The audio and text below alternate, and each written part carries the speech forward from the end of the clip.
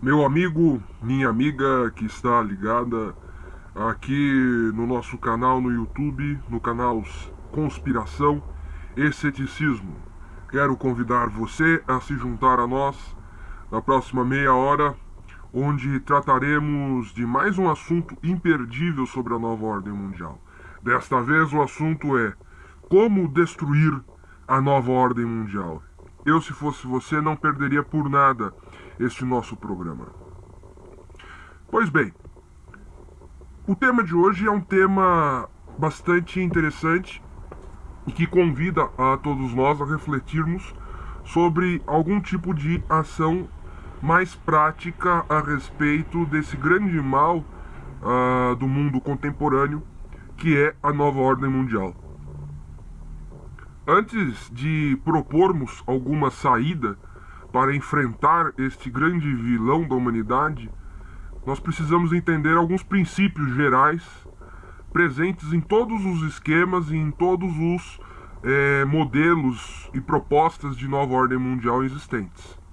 Existem alguns pontos que são comuns à própria ideia de nova ordem mundial, independente de quem seja o grupo que defenda esta nova ordem mundial. Que princípios são esses aos quais nós estamos nos referindo aqui? Primeiro, a ideia de um governo global, onde o único ente, a única instituição dotada de soberania seria justamente a governança global, a ONU. E os países, os blocos econômicos não teriam soberania, teriam no máximo alguma autonomia.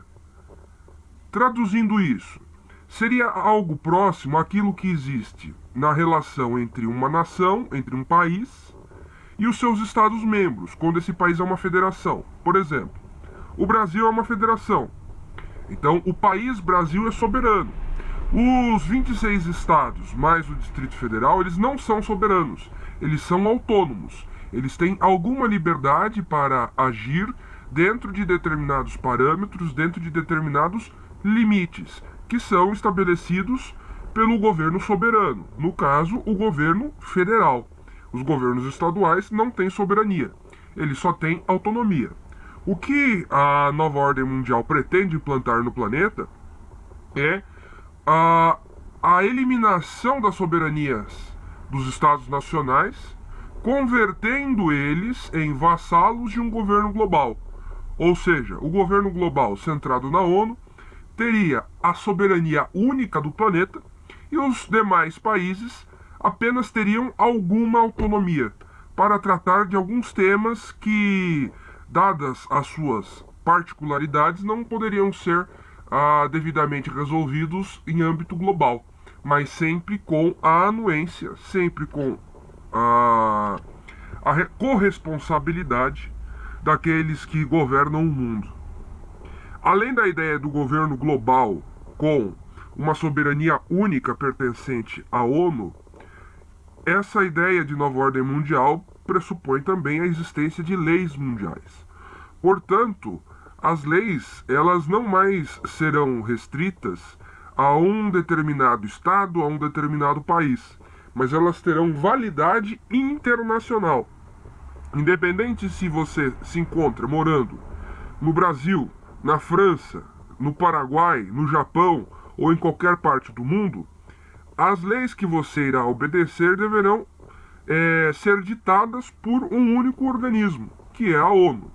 Nós já vemos hoje, já aliás desde a Segunda Guerra Mundial, quando a ONU foi fundada, no fim dela, no fim da Segunda Guerra Mundial, que várias diretrizes, várias normas têm sido ditadas pela ONU.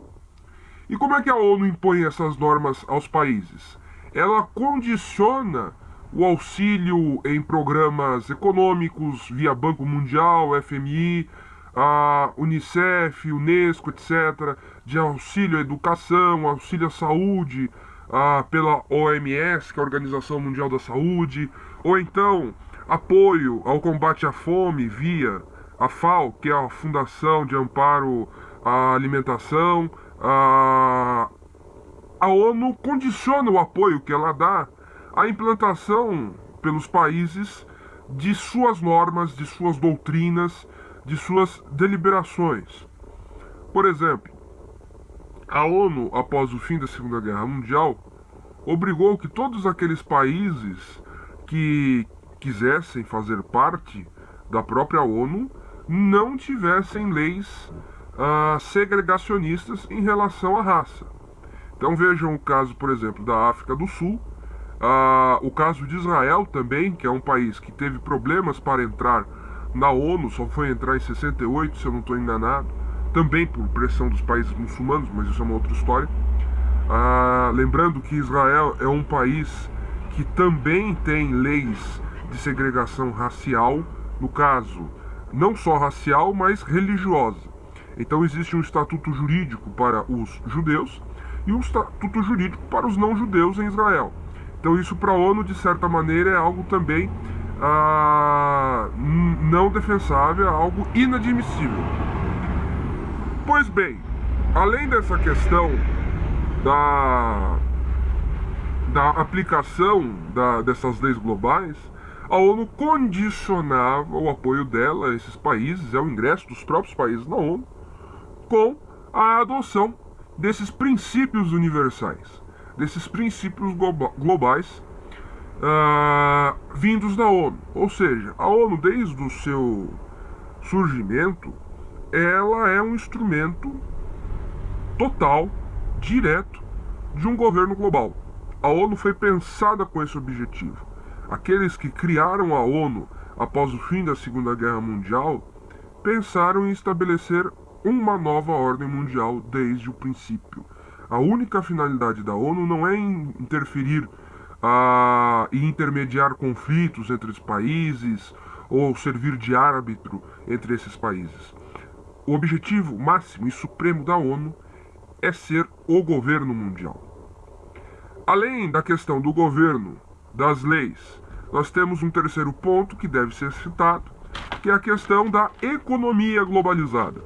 Então, para os preceitos da nova ordem mundial, para que eles venham a ser estabelecidos e venham se concretizar, é preciso que exista uma nova ordem mundial também na economia. Como é que você estabelece uma nova ordem mundial na economia? Você faz isso apoiando, por exemplo, os grandes conglomerados industriais, o mercado financeiro que vive apenas da especulação e não produz nenhuma riqueza, por meio dos bancos, o controle que os bancos exercem hoje sobre as economias dos países. Também nós temos a questão dos juros, a questão da dívida pública, que é um problema muito sério que aflige a todos, sem exceção, a todos os países. Então vejam, meus caros e minhas caras, o governo mundial, ele é um resultado também da ação econômica desses grandes atores que trabalham por uma nova ordem mundial. Quem trabalha por uma nova ordem mundial não é o pequeno ou médio empresário, não é o sujeito que tem lá uma empresa de médio porte, não é o sujeito que tem até mesmo alguma empresa de grande porte, mas é o grande empresário, o mega empresário, os grandes grupos, os grandes conglomerados internacionais que normalmente agem em vários ramos da atividade econômica. Exemplos, grupos como aqueles que pertencem aos mega milionários, como George Soros, Carlos Slim Helú, mexicano, dono da Coca-Cola e dono da Claro, do grupo Claro de comunicação em toda a América Latina, Warren Buffett, grande investidor de Wall Street, judeu, assim como os outros dois que eu citei anteriormente, tanto o Carlos Slim Helú e também o George Soros, judeu húngaro, o Soros. Entre outros grandes mega empresários internacionais que investem o seu capital e manipulam o seu capital a favor de uma nova ordem mundial. Manipulam os seus recursos, os recursos que eles detêm, para financiar também ONGs e instituições que promovem uma cultura globalista. Então, os senhores não pensem que que são esses mega capitalistas, eles agem a favor do capitalismo. Eles não defendem um capitalismo liberal, não defendem um capitalismo verdadeiramente de livre mercado. Eles defendem um novo modelo de capitalismo monopolista, onde eles detêm o monopólio da produção de determinados bens, ou então conjugam ali com alguns outros poucos grupos um duopólio ou oligopólio, ou seja, onde um pequeno número de empresas se reúnem para manter o mercado controlado, o mercado dominado sob o seu interesse, não abrindo jamais este mercado para outros concorrentes. É assim que se montou esse grande consórcio internacional do ponto de vista econômico que favorece, evidentemente, a nova ordem mundial. Muito bem, entendendo esses problemas, agora vamos compreender qual é o principal alvo da nova ordem mundial. O principal objetivo da nova ordem mundial é destruir as soberanias nacionais para que exista um único governo internacional, para que exista um único governo global. No fim das contas, a nova ordem mundial, a ONU, pretende eliminar definitivamente todas as soberanias dos países. Os países não mais seriam soberanos. Aliás, eles não seriam nem mais países. Seriam apenas estados pertencentes a grandes blocos econômicos e políticos regionais, como é a União Europeia, o NAFTA, o Mercosul, etc. A própria Aliança Transpacífica, que agora foi recentemente formada no governo Obama, ligando os países da costa pacífica da América e também os países da Ásia, num novo superbloco econômico regional.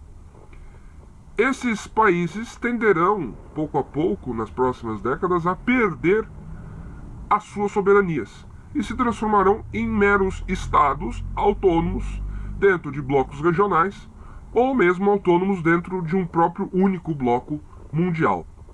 Então, o objetivo máximo da nova ordem mundial é eliminar totalmente os países, eliminar as soberanias nacionais, criar um mundo sem fronteiras, um mundo dominado por um único governo e controlado pelos interesses das grandes corporações econômicas.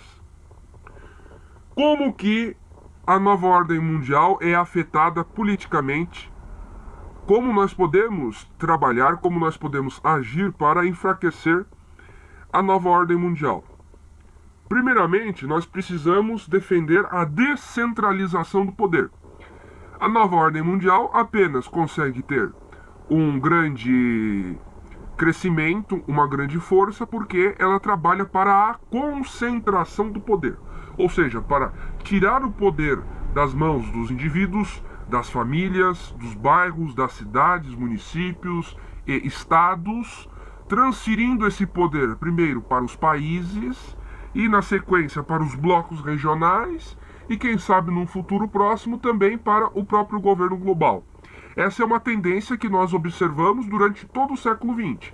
O século XX é o século da centralização. Países que eram federações ou confederações, como os Estados Unidos, uma grande federação, e a Suíça, uma confederação, no século XX acabaram diminuindo as autonomias que os seus membros, os seus Estados-membros, tinham. Então, por exemplo, desde a crise econômica de 1929, que aliás vai ser um assunto que nós vamos tratar no episódio à parte aqui no nosso canal, desde a crise econômica de 1929, os Estados-membros dos Estados Unidos foram perdendo a autonomia que eles tinham e o governo federal foi crescendo. Esse crescimento do governo federal, essa centralização do poder nas mãos do governo central, favorece a nova ordem mundial. É muito mais fácil você controlar um governo do que controlar 51 governos estaduais. Então, o século XX ele mostrou justamente essa centralização ocorrendo dentro dos próprios países, numa primeira fase. Nós passamos hoje pela a centralização do poder em blocos econômicos regionais, como já foi falado. A União Europeia já é mais do que um bloco econômico, é um bloco político, é um bloco também militar. E a União Europeia, ela eliminou praticamente a soberania dos seus Estados-membros. Hoje nós temos aí algo que é chamado de eurofederalismo. Os países membros da União Europeia estão, pouco a pouco, perdendo as suas soberanias, estão se transformando em simples Estados-membros. Vejam aí o recente caso da Inglaterra, que aprovou o Brexit, que foi este plebiscito, esse referendo, na verdade, para fazer com que a Inglaterra, o Reino Unido, saísse definitivamente da União Europeia. Uma ação muito mais do que acertada. Então, para enfraquecer a nova ordem mundial, nós precisamos, enquanto indivíduos, enquanto cidadãos, apoiar todo tipo de medida política que valorize a descentralização do poder. Todo tipo de medida política que faça com que o poder esteja mais próximo do cidadão, esteja mais distante do Estado centralizado. A nova ordem mundial não gosta, não aprova a descentralização do poder. Ainda, outro ponto que a nova ordem mundial não apoia é o nacionalismo. Mas que nacionalismo que a nova ordem mundial não apoia? Os nacionalismos verdadeiros. No século XX, sobretudo na América Latina, nos países do terceiro mundo de uma forma geral, o nacionalismo foi uma doutrina política de esquerda. Uma doutrina política que se colocava contrária aos países europeus e também às grandes potências de forma geral. Esse nacionalismo do século XX, pós-Segunda Guerra Mundial, um nacionalismo de esquerda, ele trabalhou em conjunto com a nova ordem mundial. Ele não é inimigo da nova ordem mundial diretamente. Então, o que ocorre? Quando nós tratamos de nacionalismo aqui, nós estamos falando de um nacionalismo real, um nacionalismo que represente nações verdadeiras, nações legítimas, que sejam amparadas, acima de tudo, em pressupostos culturais, não em um simples nacionalismo político, um nacionalismo de Estado. Vejam o caso do nacionalismo brasileiro. Todo nacionalismo brasileiro, desde Getúlio Vargas para cá, ele é um nacionalismo que se sustenta na ideia de um Estado, ou seja, de um governo nacional forte, e não na ideia de uma cultura nacional. Porque não existe uma cultura uniforme nacional no Brasil. O Brasil é um país multinacional, plurinacional, é um país diverso por natureza. Então, todo tipo de nacionalismo num país com as características do Brasil nada mais é do que centralização. Assim como o nacionalismo americano, que é diferente do patriotismo, o nacionalismo americano ele também é pró-centralização. Ele também defende que o governo central, que o governo federal tenha mais poder e que as nações, entre aspas, regionais, percam poder, percam autoridade. Então o nacionalismo verdadeiro ele está diretamente ligado com essa ideia anterior que nós já falamos, da descentralização do poder. Precisamos descentralizar o poder e apoiar o nacionalismo verdadeiro. Um nacionalismo baseado em culturas, baseado em valores, baseado em tradições. Não apenas um nacionalismo sustentado pela política, um nacionalismo estatista, um nacionalismo de esquerda. Nós falamos da descentralização do poder, do nacionalismo verdadeiro. Junto com esses dois pontos, nós temos mais um muito importante, o identitarismo cultural.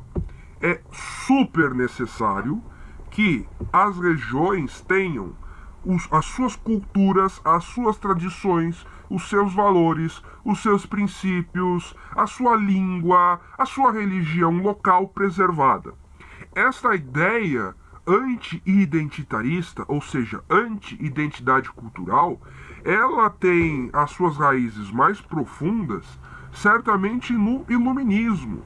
O iluminismo, ele é internacionalista, ele é mundialista por natureza. ele acredita em princípios válidos universalmente, sejam esses princípios adotados pelo povo A, B ou C.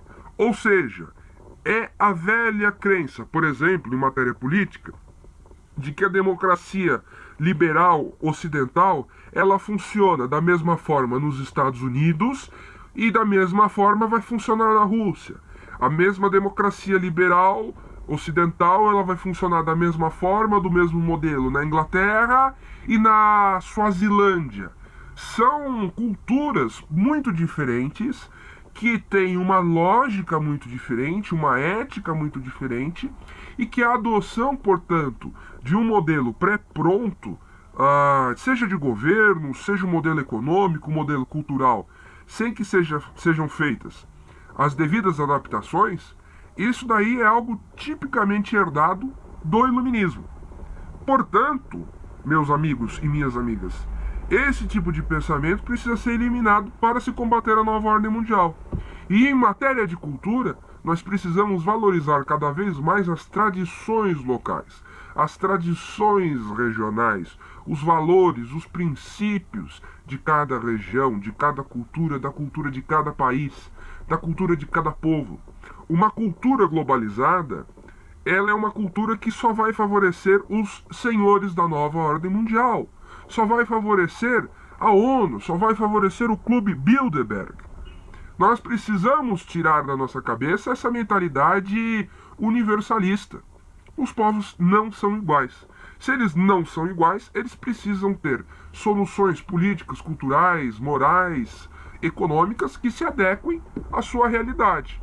Se existem alguns princípios de validade universal, sobretudo aqueles de caráter religioso, em matéria de política, certamente eles não existem. E em matéria de cultura também, isso não é desejável.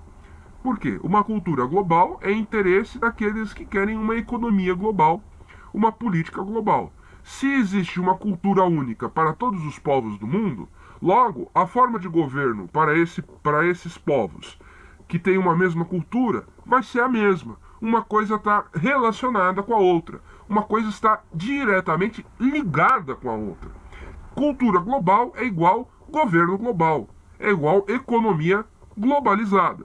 Nós aqui não queremos nada disso. Portanto, defendemos a ideia de que para enfraquecer a nova ordem mundial é preciso defender um identitarismo cultural, uma identidade cultural que está diretamente ligada, como nós já tratamos, com a defesa das tradições locais, com a defesa das culturas locais, contra qualquer tipo de artificialidade no campo cultural. Nesse sentido, ainda tratando de artificialidade da cultura, nós temos aí um grande instrumento da nova ordem mundial e do poder global, que é a mídia. A mídia internacional, controlada por esses mesmos grupos econômicos que defendem a nova ordem mundial, essa mídia, ela divulga, ela trabalha em cima de determinadas ideias de cultura que nada tem a ver com o mundo real. Então vejam aqui o caso brasileiro. O caso brasileiro, na década de 60, o governo militar, com um apoio americano, fez com que a Rede Globo, uma grande rede nacional de televisão, fosse criada, enfraquecendo várias emissoras estaduais e regionais que existiam, como a TV Paulista em São Paulo, a TV Itaconomi em Minas Gerais, a TV Bahia lá na Bahia, né? Que é a antiga TV Itapuã, na verdade, o caso da TV Itapuã na Bahia, ela foi a primeira afiliada da Rede Globo, né? O governo insistiu que a TV Itapuã fizesse parte da cadeia da Rede Globo. Depois, a TV Bahia, pertencente a Antônio Carlos Magalhães, foi incorporada à Rede Globo. Outras emissoras também aqui no Brasil sempre tiveram esse caráter nacional.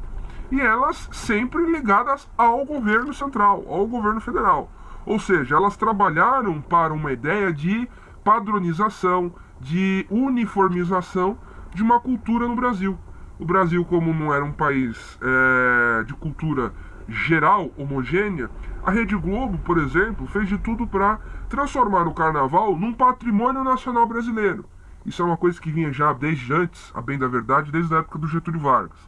Ela também trabalhou para propagar esse estereótipo de uma mulher brasileira devassa, de uma mulher brasileira sempre libidinosa, que não é fiel ao seu marido, que é sempre muito assexuada. A Rede Globo e a mídia brasileira sempre trabalhou para vender uma ideia de que o brasileiro é vagabundo, de que o brasileiro é indolente, ele não trabalha. A própria mídia também favoreceu a ideia de que no Brasil é preciso levar vantagem em tudo. Os senhores devem se lembrar, procurem aqui no YouTube, a propaganda de cigarros feita pelo antigo jogador Gerson, que jogou no Flamengo, que veio dar nome até a um próprio conceito, a chamada Lei de Gerson, a ideia de que se deve levar vantagem em tudo. Vejam como a mídia, vejam como a imprensa, ela trabalha para reforçar vários estereótipos, vários princípios culturais extremamente nocivos, extremamente negativos. A mídia, esse é um exemplo que eu citei aqui no Brasil, mas se nós formos pegar mais detalhadamente a mídia internacional, ela também trabalha para a divulgação de determinados princípios morais que servem à nova ordem mundial, porque enfraquecem as famílias, porque tiram a autoridade das famílias, tiram a autoridade dos pais sobre os seus filhos, enfraquecem o papel que o cristianismo tem na sociedade, que as religiões, de uma forma geral, têm na sociedade. Ou seja, a mídia internacional promove tudo que não presta, a serviço da nova ordem mundial. Ou seja, a mídia promove abortismo, algo que está ligado com o controle global de população. O homossexualismo, que é algo que enfraquece a família, que é algo que enfraquece os valores tradicionais e também está ligado com o controle populacional, que é um dos desejos da nova ordem mundial. A mídia internacional também promove o ateísmo, ou seja, a revolta contra as religiões, contra as crenças religiosas. A mídia internacional, em suma, apenas trabalha para aquilo que não presta. Por quê? Porque ela trabalha para a nova ordem mundial. E a nova ordem mundial não quer que as populações, não quer com que os povos tenham uma cultura saudável, tenham uma cultura sadia, que eles possam viver de maneira digna, de maneira livre, acima de tudo. A nova ordem mundial, no fim das contas, é um problema de ordem, de liberdade e de ordem. Como nós sempre ressaltamos aqui, a liberdade ela não existe a não ser que seja dentro de uma ordem. Essa ordem ela pode se gerar, pode se dar de maneira espontânea, de maneira livre. Mas a liberdade sem ordem é anarquia, é libertinagem. E isso também ninguém quer. Mas a nova ordem mundial ela prega exatamente o contrário. O controle absoluto, o controle global, o domínio total por uma elite, realizado por um grupo trancado a 7 chaves dentro de um salão magnânimo, decidindo o futuro da humanidade. No fim das contas, esse grupo incorpora para si uma tarefa satânica, uma tarefa de ser senhor deste mundo. Este mundo jaz do maligno, e o maligno age por meio destes que o servem. Portanto, meus caros amigos, minhas caras amigas, devemos combater incisivamente a nova ordem mundial. Precisamos nos focar nesses pontos que eu citei. Precisamos defender a família, revalorizar a família tradicional. Precisamos parar, colocar um freio no abortismo, no gaysismo, na imoralidade. Agora, no futuro, acreditem os senhores, o próximo passo da nova ordem mundial é a promoção da pedofilia. Precisamos nos colocar incisivamente contra isso. Precisamos dar a cara a tapa, entender que este é o verdadeiro problema e agir para enfrentar esse grande inimigo, valorizando as nações, os nacionalismos, as identidades regionais, as tradições locais, contra essa nova ordem mundial imoral indecente e satânica. Era esse, meus amigos, o recado que eu tinha para passar para vocês hoje. Quero agradecer a todos, quero convidá-los novamente para que se inscrevam em nosso canal, deem curtir aqui no nosso vídeo, para que mais pessoas possam ser alcançadas por esta nossa mensagem. Muito obrigado, fiquem com Deus.